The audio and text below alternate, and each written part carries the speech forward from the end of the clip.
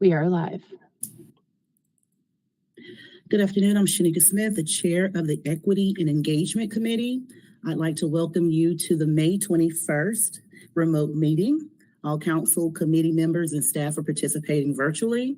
For those of you out there today, welcome. To help our audience follow along, I'll state each section of the agenda aloud.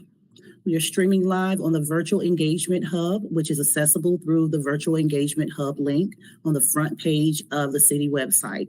We also have the option for the public to listen live by phone by calling 855-925-2801 and entering meeting code 2689. For today's meeting, we also have the option for people to call in and comment live during the meeting. To call in and comment live, use the same number, 855-925-2801, meeting code 2689. Your phone will be muted and you'll hear the meeting live. At that point, speakers will need to push *3 to enter the speaker queue. I'll now go through and introduce everybody who is attending virtually, staff members and committee members. When I call your name, give a quick hello. Councilwoman Sage Turner. Quick hello. Councilwoman Kim Roney. Good afternoon. Assistant City Manager Rachel Wood. Good afternoon. City Attorney Brad Branham. Hello, everyone. Director of Equity and Inclusion Salah Manaya Merritt. Good afternoon, all. Director of Community and Economic Development Nikki Reed. She may be a few minutes late to today's meeting. All righty, we'll move along. Economic Development Manager Rachel Taylor. Good afternoon. And the New Business Inclusion Manager Marcus Kirkman. Good afternoon, everyone. All right, we'll get right into our meeting. Welcome to each one of you. Thank you for being here. I need approval of the April 16th meeting minutes. This is Kim, so moved. Second. Okay, roll call vote. Councilwoman Roney. Aye. Councilwoman Turner. Aye. Myself, aye. The motion carries. And we'll move right into our presentations for today. We have a standing reparations update by Salah. Take it away. All righty. Good afternoon, all. Again, my name is Salah Manaya Merritt. I'm the Director of Equity and Inclusion, and I'm here to present an update on our reparations process. Next slide, please. So since our last meeting from last month, the Reparations Commission met 3 times, April 22nd, May 6th, which was virtual, and May 13th. And the items that were included on our agenda were community engagement updates, which included our 1-page outreach document, our engagement survey tool, as well as an update on the community jamboree, which took place on April 27th. We also updated on our community engagement budget, the global accountability recommendation, as well as the voting process, which took place on May the 6th and May the 13th. And we had an announcement of our commission chair stepping down. Next slide, please. So the community engagement 1-page update was shared with the Community Reparations Commission, and we share that at each and every meeting. As of May 3rd, we have the following things that have been accomplished. The Community Jamboree, which took place on April 27th. I saw you, Councilwoman Roney, there playing chess. Thank you for your attendance. Correction, losing at chess. All right. I didn't know you lost, but I did see you there. So I appreciate those of you who were able to attend. We had approximately 2,500 attendees with a total of 3,245 residents who have been reached through targeted community engagement. 745 of those are through the actual community canvassing, knocking on doors and attending community events. And then the additional 2,500 were reached during the Jamboree. We have a total of 151 community surveys which have been completed. 75 of those are paper surveys, and most of those, mostly all of those were at the Community Jamboree, as well as 76 online surveys. We've had 7 community engagement meetings which have been held, 8 community events which have been attended, and 8 communities that have been reached in total. Next slide, please. So the community engagement budget, we actually provide an update on that as well. $65,000 was voted on and approved by the commission back in March of 2024 for community engagement. As of May 3rd, 2024, we've expended $38,750.20, and our remaining budget is $26,249.80. Next slide, please. The Global Accountability Recommendation. A presentation took place on the Global Accountability Recommendation. The commissioners were actually provided with three possible options with regards to moving this recommendation forward. We talked about a new 501c3 nonprofit being formed. We talked about an advisory council, as well as working with an existing 501c3. Next slide, please.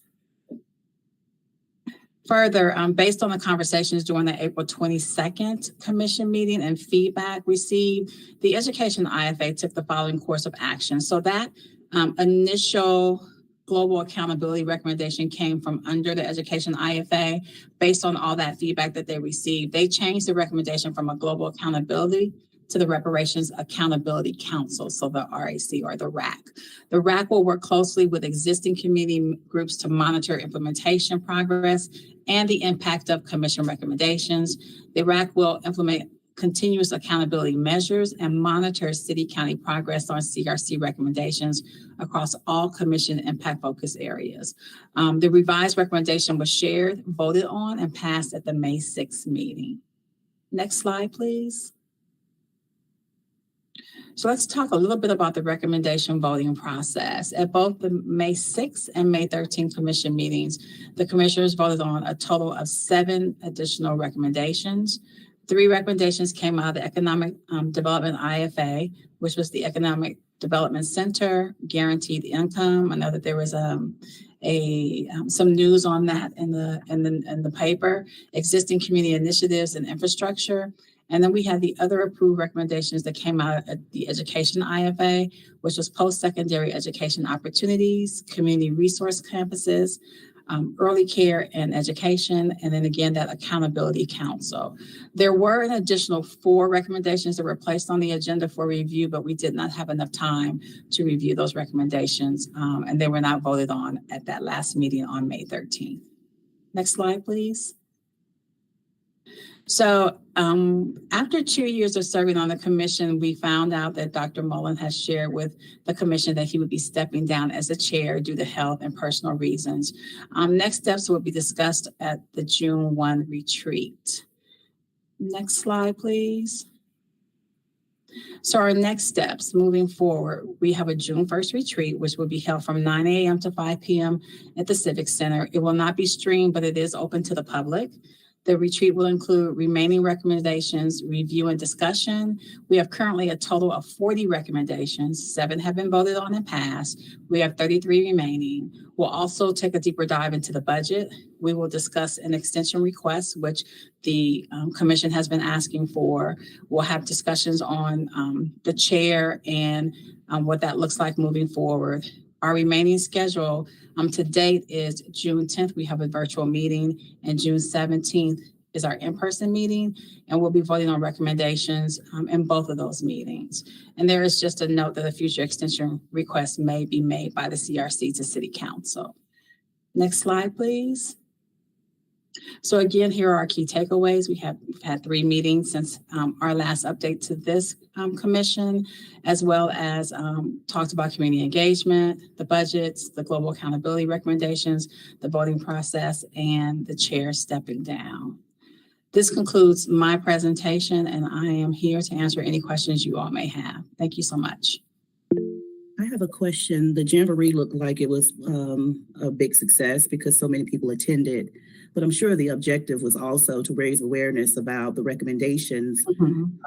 Did you all gather any information from people, and how did you all pose questions? What was your success indicator in that part of? That's a great question, Councilwoman Smith. So one of the things we did is we had one tent up. We had IFA facilitators as well as individuals from the CRC manning that tent. They were gathering the feedback via the survey. So the 75 paper surveys that I think it was, I said 75 paper surveys that were collected from the community. Actually, all of those came from the community jamboree. So they were walking around, they were sitting there, they were asking, they were actually helping people to fill it out. Because there were some people who were like, they didn't want to do it. It was like, if I sit here and help you, would you, you fill it out. So they really did a lot of work on that. The other 76 are also from people scanning. Thank you. Thank you so much. So it's 75 paper surveys and 76 online surveys. Those individuals were actually scanning the QR code that we have and filling out the surveys there. So that information is being compiled for them. There was a document that I shared with them at our May 13th meeting that shows all the responses that were provided during the jamboree. So yeah, that's how we were pretty much engaging. They were having conversations, they were walking around. And we also had the QR code sitting at each of the vendors who were a part of the process or who were attending the jamboree, selling at the jamboree. We asked them if they wouldn't mind having that QR code sitting at their tables and at their tents, and they were on board with that. Thank you. You're so welcome. Kim? Thank you for your presentation, Salah. You're welcome. Was able to attend the second half of the in-person Reparations Commission meeting. And one of the things I heard, maybe you can help me confirm this, is that there was a suggestion that the Reparations Commission members represent to the City Council. Mm-hmm. Is that something that we should expect after the retreat, after some of that information is fleshed out? Yes, definitely. So one of the things I did after that meeting was to send out a survey. So they received a survey after each meeting. And in there, I asked them for their reasoning behind needing an extension, because we wanted to make sure that we heard everyone's voice. Right before this meeting, I did check. We had 6 people thus far who have responded to that survey. I resent the survey just to give an extra push because I need the information by tomorrow. It is our goal to at the retreat to work with them on drafting, or hopefully having something drafted before they get to the retreat to discuss with regards to the extension. So they'll be prepared to come before council. So yes, the expectation is that after that June 1st retreat, that we will find time for them to come, because I know that we have 2 meetings in June. So we're going to try to get that pretty quickly.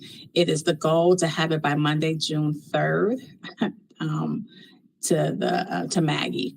So okay. Yeah, I was just asking because I know that we only have 1 meeting in July and 1 meeting in August. Yeah. So it gets a little bit tight on like what we can fit in meetings. And I wanted to make sure we had, pre-planned that to be a priority. Yes. Yeah. So that definitely is a priority. We understood that there was a limited time. And so we want to make sure that we gave them pre-work to do prior to the retreat. So there's certain things we wouldn't be doing in the retreat, because we want to spend a lot of that time working on the recommendations, helping them to review, answering any questions, so that when we got to the June 10th and June 17th meetings, it wasn't so much a discussion. It was more of, we've reviewed this, we've answered questions, and now we're just going to be voting on them. So yes, thank you. Another thing that I heard in the meeting, thank you. Another thing I heard in the meeting was, maybe Brad, you could help us with this, is the staff is there to support the process that results in the recommendations. And we are also acknowledging that there will be questions about process and legal standing for the recommendations. But right now, the posturing is just supportive. So maybe if you want to add a little bit into that, we could know better what to expect from the retreat and questions to ask before they come to council. Yeah, absolutely. Thank you for that question, Councilmember Roney. It is important to note that city and county staff throughout this process have taken an approach whereby we are trying to provide as much information, feedback, and a service-oriented approach to the commission. And by that, I mean that we're not trying to do the alternative, which is tell them which recommendations they can and cannot move forward. We want to give them as much liberty to move whichever recommendations they would like, onto the council and the county commission, but to do so with as much information to empower their own thought and decision-making process as possible. There are absolutely going to be some recommendations which face greater legal or other financial obstacles than some other recommendations. And we want to make sure that those members know that. And if they then choose to continue to move those forward or potentially to prioritize one or the other, they've done so in a fully informed manner. And what I have said to the members time and again is that you will hear the same thing from me that I'm going to tell City Council. I suspect that County Legal will be advising the County Commission as well, so that you're each hearing the same information and have the same context when the decisions are made. So that's the approach we've continued to try to adhere to. Hopefully the commission members feel as if they are being informed throughout this process, but not in any way deterred from making whatever recommendations they would like at the end of the day. I'm looking forward to the retreat and the forthcoming recommendations. The current recommendations have been definitely adding to my understanding, but really encouraging. So thank you, Salah and Brad, for those updates. Thank you so much. All right, no further comments or questions? Okay, we move on to our next agenda item. The Business Inclusion Office has a presentation on the disparity study. We'll get a presentation from Rachel Taylor and Marcus Kirkman. Great, thank you so much. Yes, my name is Rachel Taylor. I'm the Economic Development Division Manager, and we're here today to present an update, not only about the disparity study, but also to introduce a new staff member and kind of reintroduce this office to the Equity and Engagement Committee. Next slide, please. But to get us started, our key takeaways today are that our office is implementing the disparity study, and that is also occurring in alignment with organization-wide plans and initiatives. The city is required to conduct a disparity study every 5 years to support our city's race and gender conscious contracting and procurement policy. The results from the recent disparity study were approved during the October 2023 council meeting. And now we're working on implementation, which is being supported by cross-functional teams and a working group approach to address recommendations. We plan to provide regular Asheville Business Inclusion, or ABI, updates and outreach events moving forward. Next slide. So our first disparity study was conducted in 1993. At that point, the city adopted a race and gender neutral minority and women business enterprise policy and plan. The policy sunset, and the city didn't complete a new study until 2018. That study resulted in a race and gender conscious policy, which was adopted in 2020 and went into effect in January of 2021. The MWBE program was renamed as the Asheville Business Inclusion Office. And additional work that has occurred is that the city and the county established the Mountain Community Capital Fund, which is a loan guarantee program. Additionally, the city started a local MWBE certification program so businesses can get certified as MWBEs through the city as opposed to going through something like Hub or another certification program. Next slide. And so now I want to ask Marcus to come on and want to introduce him in his new role as the Business Inclusion Manager. Thank you very much, Rachel. Hello to everyone again. Truly a pleasure to be here and to be of service in this capacity. As of April the 15th of this year, I am serving as Asheville's Business Inclusion Manager. Really grateful to be here. Thanks, Marcus. We're so excited to have him as part of the team.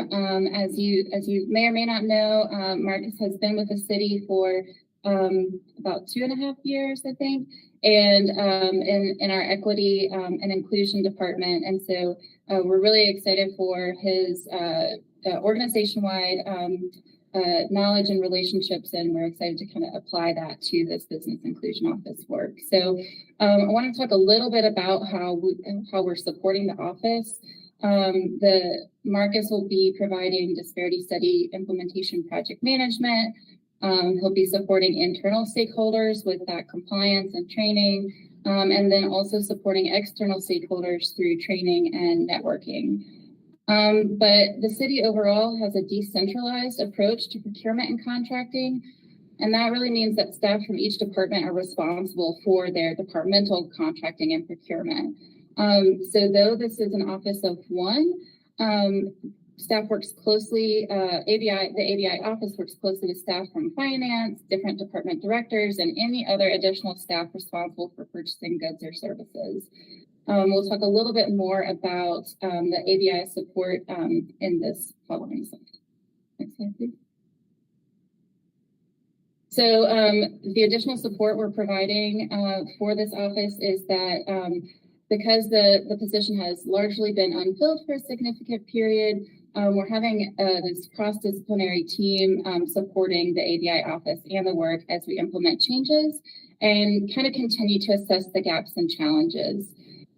So community and economic development staff have been and will continue to provide support to Marcus and to the ABI office. So we have our economic development specialist, Charles Savage, providing project management support and internal compliance and coordination support. I've been providing project management support and will support with internal and external ABI activities. And then I also really want to thank Megan Greer, Business Services Administrator, for providing internal support and compliance. Next slide.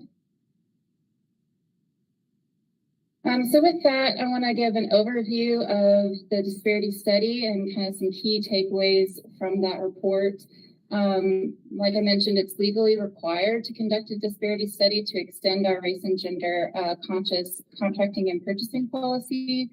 We engaged Miller 3 Consulting to conduct that required study.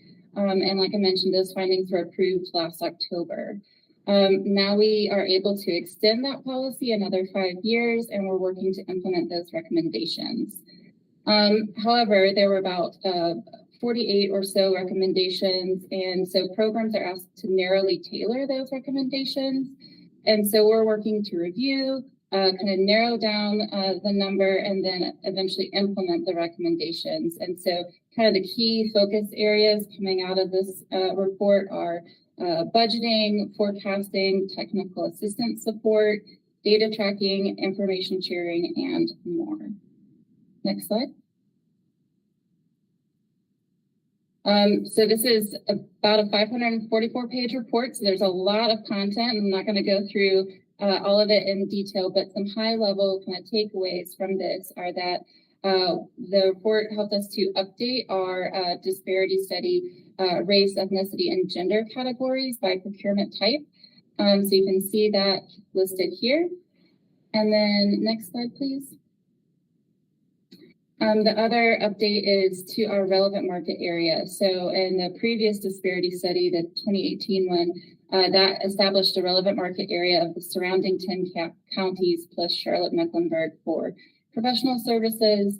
And based on the assessment of the businesses that were ready, willing, and available, our new relevant market area is statewide for architecture, engineering, construction, and construction-related services. And then it's nationwide for professional services, non-professional services, and goods and supplies.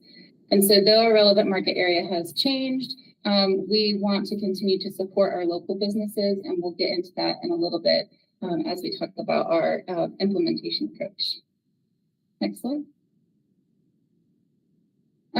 Additionally, a lot of the recommendations, I won't go through all of these best practices, but a lot of the recommendations are geared towards getting us to these best practices. So we can now check this box that the ABI office is fully staffed, so I'm really happy about that. And what we're going to do is through implementation, just get us moved over closer to that model city approach. Next slide. And so this work is occurring, this implementation of the study is occurring at the same time that we've got a couple other really big initiatives going on. So the first one being the Seize the Harm audit. Those findings really complement the findings from the disparity study. And again, they emphasize that need to track data, communicate information, and really increase the knowledge and opportunities. So we'll be aligning this implementation work with that. Additionally, each department has racial equity action plans. And those really rely on concrete measures to track progress in different designated areas from each department. There's an opportunity to add contracts awarded and or dollars spent with MWBE vendors to each department's racial equity action plan there. So additionally, we've got recommendations from the disparity study, Cease the Harm, these racial equity action plans, the Reparations Commission, and the HR assessment report. They may have varying degrees of overlap, and in those instances, we want to make sure that all of our efforts are supportive and connected. So we definitely don't want to be duplicating work, and we want it to be aligned to the extent that, that it makes sense to. Next slide. So our approach to implementation will be that we've re-engaged Miller 3 to address some of the more technical recommendations that require additional support and expertise.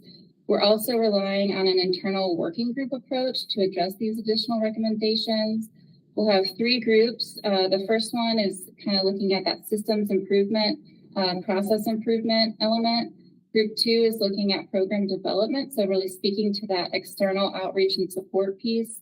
And the third group is focusing on the policies, procedures, and then internal training. Next slide.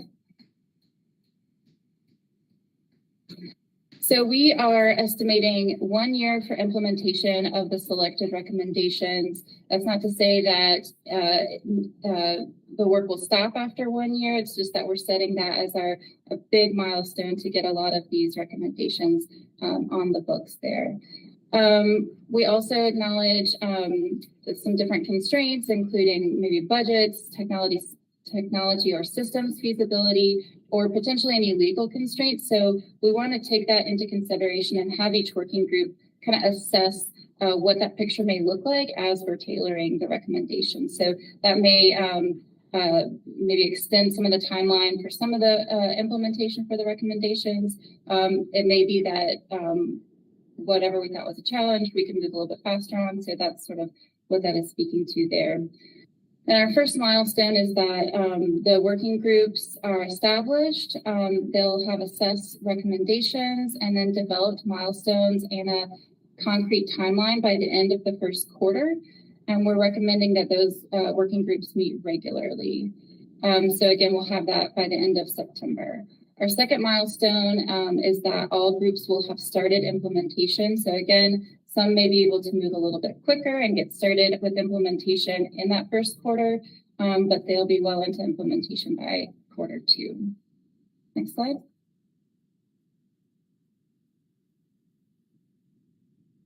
And so to support the ABI office, staff conducted the following efforts over the past year. We conducted, of course, the disparity study in 2023 with Miller 3. We engaged in external support to connect with and support local businesses. And then we're now working with Miller 3 to support with the selected areas of implementation. We also worked to restructure the Economic Development Division to provide additional administrative and analytical support for the ABI office. We're now conducting an intensive cross-disciplinary selection process. We've already selected the ABI manager. So we're really excited about that. And we were able to provide that support for the office over the past year.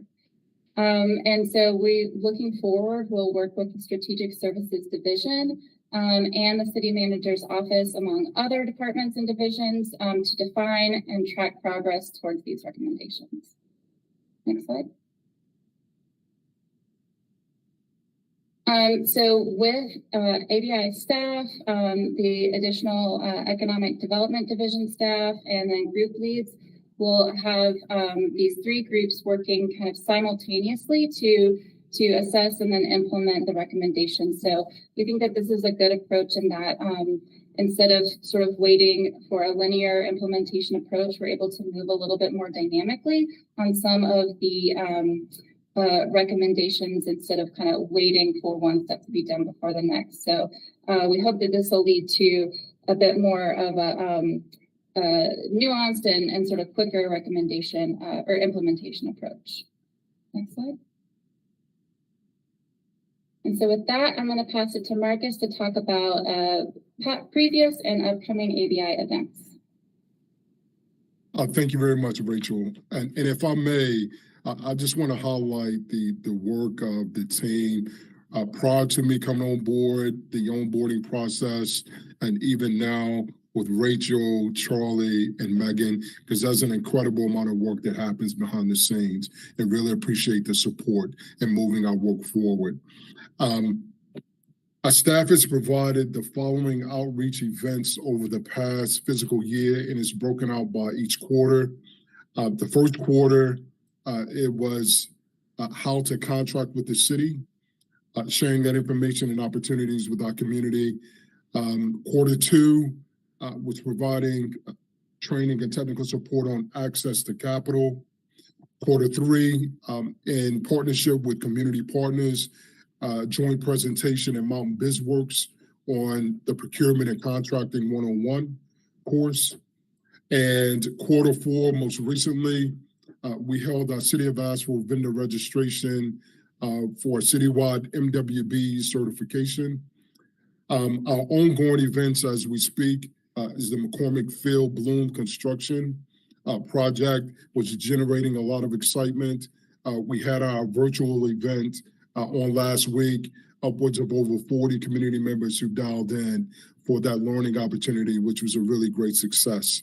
We're in the process of planning our June 29th ABI outreach event, which is going to be an education and networking opportunity to bring our community members in, our MWB businesses, to hold a very intentional conversation and learning on the process of becoming a vendor and how to secure procurement and contracting with the city, including the MWB certifications and the NCDOT certification opportunities as well.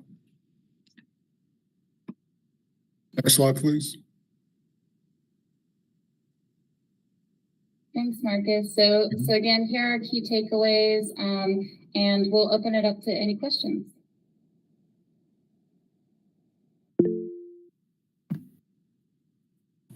Kim. Thank you, Marcus, for outlining those actions that have been taking place throughout the quarters. I was just in our Metropolitan Planning Organization for the French Broad River MPO, and we were getting an update from DOT about the I-26 connector. One of the things that came up was breaking up contracts into smaller sizes so that it's more accessible for local businesses and contractors to participate. And so I was wondering, I know that we have a lot going on at the city level. Is one of the partnership plans to interact with DOT around this project now that the design build contract has been awarded? Another thing that came up was specifically some of the project around Burton Street will be specifically going through a community process. And I was just curious if the city's interfacing with that process yet.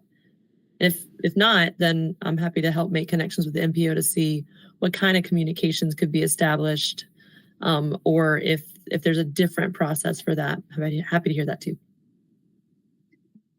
So I'm happy to step in, and we're kind of tag teaming a lot of work as Marcus is getting onboarded into this role. But yes, we've provided updates to Cape, and I know that there will be a Burton Street community meeting, I believe this evening. So we're trying to provide that kind of connection and touch point to the ABI office through that avenue. And then for DOT, we have not been connected so far on that project. It's a pretty different process, and they require kind of their own distinct certifications. So we're happy to align to the extent that it makes sense, and we'll kind of look to those partnerships to kind of figure out that alignment moving forward. Okay, maybe there will be some lessons learned on from the meeting at Burton Street. I imagine that conversation will be asking a lot of questions about DOT. So whether it looks like having our list of contractors as contacts, or like some way to interface, so it's not necessarily double the work, but double the benefit of the work that's being done, would be something I would imagine would be asked of and helpful. You could get, more community support for the hard work you're already doing. So happy to support any way we can, and I look forward to hearing what the conversation with Burton Street looks like. And Councilwoman Romani will add, in addition to what Rachel shared with us, prior to transitioning to this position, had the opportunity to attend the state procurement conference up in Raleigh, the Peak Performance Conference. And it was an opportunity to build relationships and start having those conversations at the state level. So when we have these projects and we have relationships in place with opportunities that exist to explore what's possible for our community. That sounds great. Thanks for the update. All right, any more questions, comments? Thank you, Rachel, and thank you both for all your work. It's a lot of work in progress going on. It's good to know that we have some manpower behind this department finally. So thank you all for all your creativity. And we'll move on to our next agenda item, which I believe will be public comment. We do not have anybody in the speaker queue. All right. It looks like this meeting is adjourned unless somebody has something else to say. All right. See you all soon.